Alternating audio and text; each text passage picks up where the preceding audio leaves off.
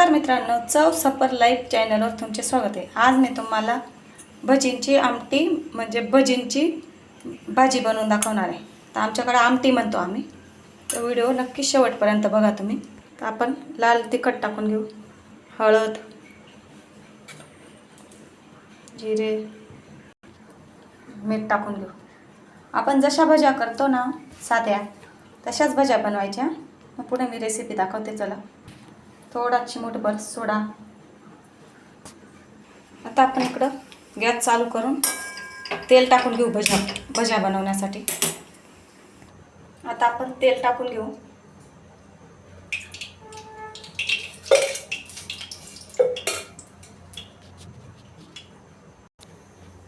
आता आपण गरम झालं का नाही चेक करू। तेल गरम झालेले, आता भजे तोडून घेऊ।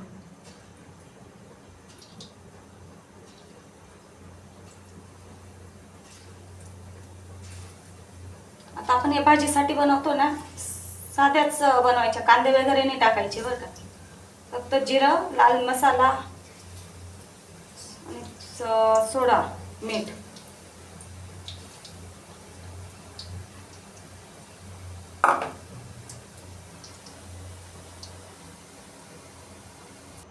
आपल्या भज्या काढल्या तयार आहे। आता आपण भाजीसाठी काय लागणार आहे मी सांगते तुम्हाला।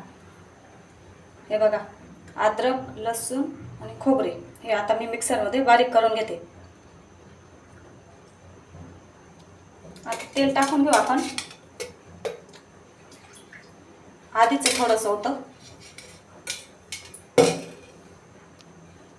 आता आपण तेजपान टाकून घेऊ आणि आलं लसूण खोबऱ्याची पेस्ट टाकून घेऊ।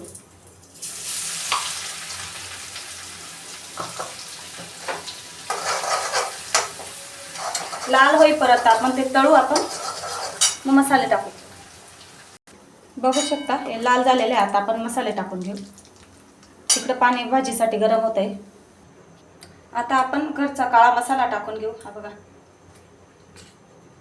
तुमच्या आवडीनुसार टाका।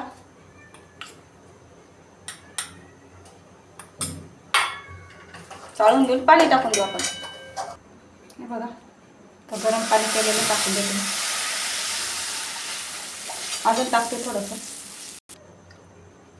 ते आता आपण मीठ टाकून घेऊ।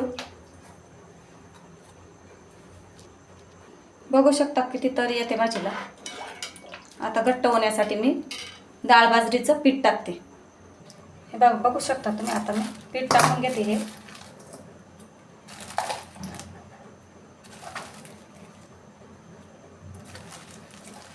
थोडंसंच लागतं, 2-3 चमच। आता त्यात गार पाणी टाकून घेते, कमीच। आणि असं हे गठुळ्या मोडून काढायचे आपण। आणि हे भाजीमध्ये आपण टाकून द्यायचं। वाटलं तर पातळ आहे, नंतर आपण अजून पीठ टाकू शकतो। थोडं बेतानेच टाकायचं, नाही तर खूप घट्ट होऊन जाते। हे बघा, आता थोडं मिक्स करून टाकते मी। हे गार पाणी आहे ना।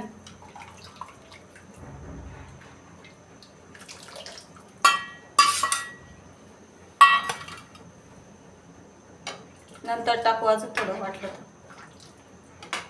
आता भरपूर उकळू द्यायची।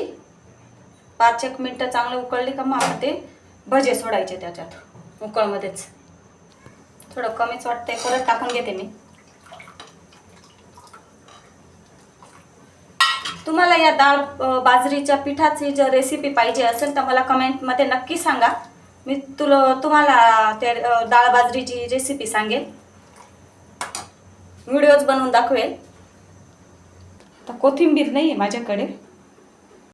आपली भाजी आता जेवढी उकळेल ना तेवढी कमी होईल आणि घट्ट पण होईल। म्हणून आधीच आपण जास्त पीठ टाकायचं नाही, नंतर लागत थोडंसं अंदाजेच टाकायचं।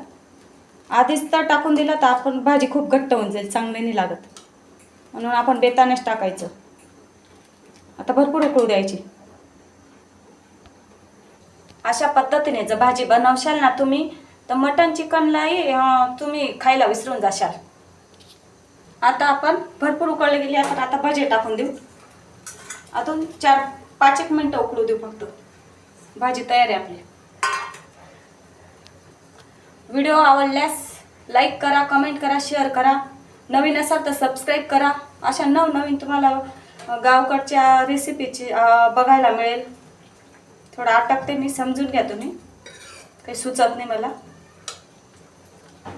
मस्त भाकरसोबत, भातासोबत, पोळीसोबत खूप छान लागतं. असं कुच करून, काला करून खायचं. हे बघा आता घट्ट झाली बघा भाजी.